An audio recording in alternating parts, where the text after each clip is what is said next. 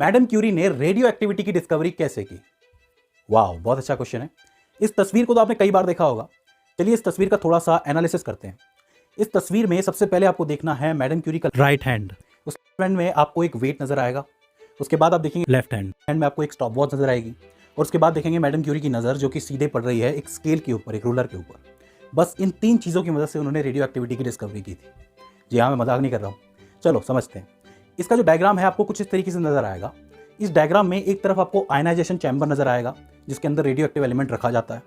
एक तरफ आपको फिजियो इलेक्ट्रिक एलिमेंट नजर आएगा। फिजियो इलेक्ट्रिक एलिमेंट वो होता है जिसको आप जरा सा प्रेशराइज करते हो तो वो एक इलेक्ट्रिक फील्ड पैदा करता है, इलेक्ट्रिसिटी पैदा करता है। माइक्रो एम्पियर्स के अंदर बहुत कम अमाउंट में करंट होता है।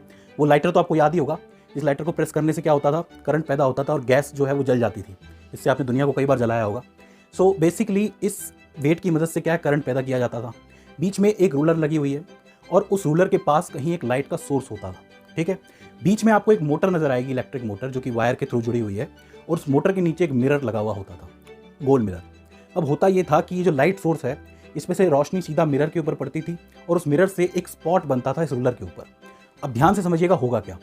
जब इस आयनाइजेशन चैम्बर के अंदर मान लो कि कोई एलिमेंट रखा जा रहा है जो कि रेडियो एक्टिव है, तो उसकी रेडियो एक्टिव पावर की वजह से करंट डेवलप होता था। और उसके करंट डेवलप होने की वजह से ये जो मोटर है ये ओवरऑल काम करना शुरू करती थी और नीचे जो मिरर था वो घूमना शुरू करता था। और नीचे घूमने की वजह से वो स्पॉट भी उस रूलर के ऊपर ट्रैवल करना शुरू करता था।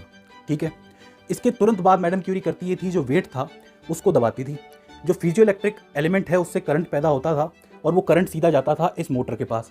अब ध्यान से समझिए, यहाँ से रेडियो एक्टिव एलिमेंट से करंट निकल रहा है और यहाँ से फिजियो इलेक्ट्रिक मटेरियल में से करंट निकल रहा है। दोनों करंट जब आपस में इक्वल हो जाते थे तो ये स्पॉट रुक जाता था, पॉज हो जाता था। ठीक है, थोड़ी देर के बाद क्या होता था कि जो रेडियो एक्टिव एलिमेंट है उसकी पावर बढ़ जाती थी ओवरऑल और वापस वो जो स्पॉट है वो मूव करने लगता था। तो मैडम क्यूरी करती ये थी कि जितनी देर तक ये स्पॉट रुका रहेगा, पॉज रहेगा, उस टाइम पीरियड को वो नोट करती थी स्टॉप वॉच से। अब इससे होगा क्या, अगर ये लाइट स्पॉट ज़्यादा देर तक पॉज है तो इसका मतलब ये जो रेडियो एक्टिव एलिमेंट है इसमें पावर कम है, इसकी रेडियो एक्टिविटी कम है। अगर इसकी रेडियो एक्टिविटी ज़्यादा है तो जो डॉट है वो जल्दी मूव कर जाएगा। अब यही एक्सपेरिमेंट जो था मैडम क्यूरी ने पिच ब्लेंड के साथ भी किया था, जो कि एक यूरेनियम का मिनरल था, मतलब इसके अंदर यूरेनियम पाया जाता था। अब उन्होंने ये सोचा कि प्योर यूरेनियम जिस हिसाब से उसका जो डॉट है वो ट्रैवल करने लगता है उसी टाइम के हिसाब से इसका डॉट भी ट्रैवल करने लगेगा। लेकिन ऐसा हुआ नहीं, वो डॉट जल्दी ट्रैवल करने लगा। और जल्दी ट्रैवल करने का मतलब ये था कि इसके अंदर रेडियो एक्टिविटी ज़्यादा थी।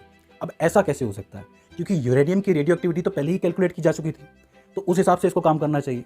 तो इसका मतलब ये है कि यूरेनियम को सपोर्ट करने के लिए इस पिच ब्लेंड में एक और रेडियो एक्टिव एलिमेंट था जिसका नाम था रेडियम।